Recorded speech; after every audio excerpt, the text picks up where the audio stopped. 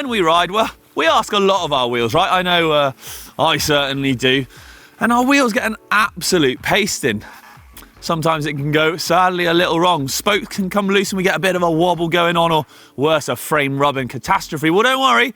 Today I've got your back because we're going to look at how to straighten that wheel up, get you running nice and smooth and back on the trails.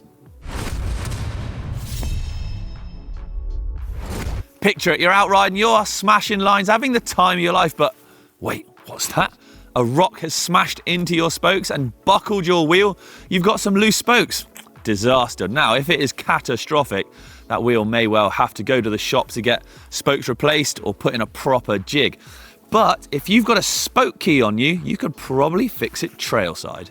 So assuming your spokes aren't too bad on the trail side, then hopefully you'll be able to bring it back with a spoke key. Now, ideally a proper legit spoke key is ideal here, but a lot of multi-tools these days do have them built into them as well. Whichever version you have, you've got it stashed away in your backpack back there.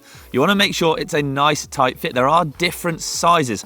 If it's too big and there's a bit of play or a bit of movement around the spoke nipple there, you can easily round it and then you're in an even bigger world of trouble. First things first then, we need to work on the bike kind of easily. So we want the wheels to be able to spin freely. The best way to do this is spin it upside down. Find, hopefully, a nice soft area, somewhere that's not going to damage your bars, your saddle too much. If you've got a Garmin on there, take that off. I've done this before. This is an expensive lesson learned. You spin your bike upside down, crush. So get rid of that Garmin. I'm going to spin the bike upside down, nice and gently.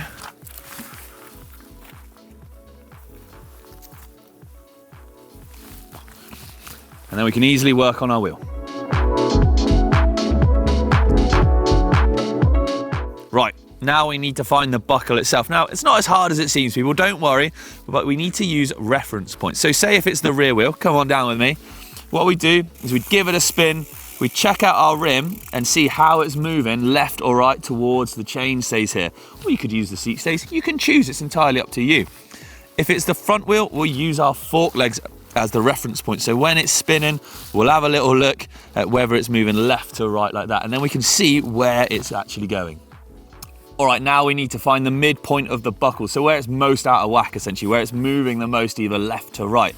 Now, hopefully you can give it a gentle spin and just visually be able to see where it moves. If that's the case, when it sort of slows down, you can kind of just grab it, make a mental note of maybe where it is in relation to the fork, and if it's near a logo or something, or the valve, then you can go, okay, well that's where it is, and you can find out which spokes it is. If not, a bit of Mother Nature, just a simple stick like this, give the wheel a spin, move it close, and you hear that? You can just hear where it's, hold that stick nice and steady, and just hear where it starts touching that stick. Then when it slows down or comes to a halt touching the stick, you can then obviously get a visual idea of where it is as well. Okay, you found the buckle, but now we've got to fix it. And there's two ways of going about this. You can either add tension to the spoke or remove it. So depending upon which way the wheel is buckled, which way it's moving, left to right, if we add tension to one side, so say we add tension to a spoke on the drive side of the bike, we're going to pull the rim to that side. If we take tension away from that spoke, if we undo it slightly, then it's going to allow the rim to move opposite, away from it essentially.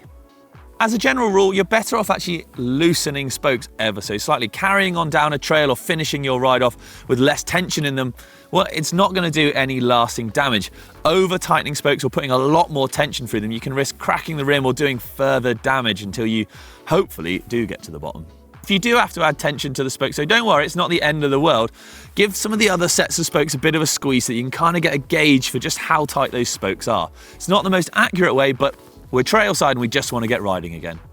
Either way, whether you add or remove tension from the spokes when you do make that trailside fix, I strongly recommend that you take it to the local bike shop afterwards just to get all the tensions nice and even so you haven't got any particularly over tight or over loose spots, because that's going to cause an imbalance in the wheel. So we know roughly where our wheel is buckled. It's about time we got to work fixing it. Right, I've actually got a top tip for you to use to find out if you're adding or loosening the tension on the spoke. So first of all, we need to make a big old thumbs up. Your thumb points in the direction you want the nipple to move in. If your thumb is pointing down towards the hub, you're tightening the nipple up onto the spoke and adding tension. Follow the way your fingers curl around, and that shows you how you need to turn the spoke key. If your thumb is pointing up and away from the hub, you'll be loosening the nipple and taking tension off the spoke.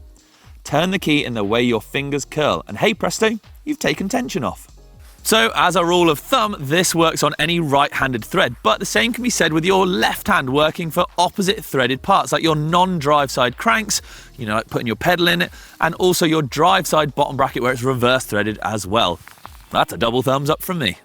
When you're adjusting tension, try and only do small amounts at a time, so maybe quarter, maximum half a turn, and go back and check. You're going to start from the center of the buckle and work your way out, so I think it's, about time we got this wheel straight.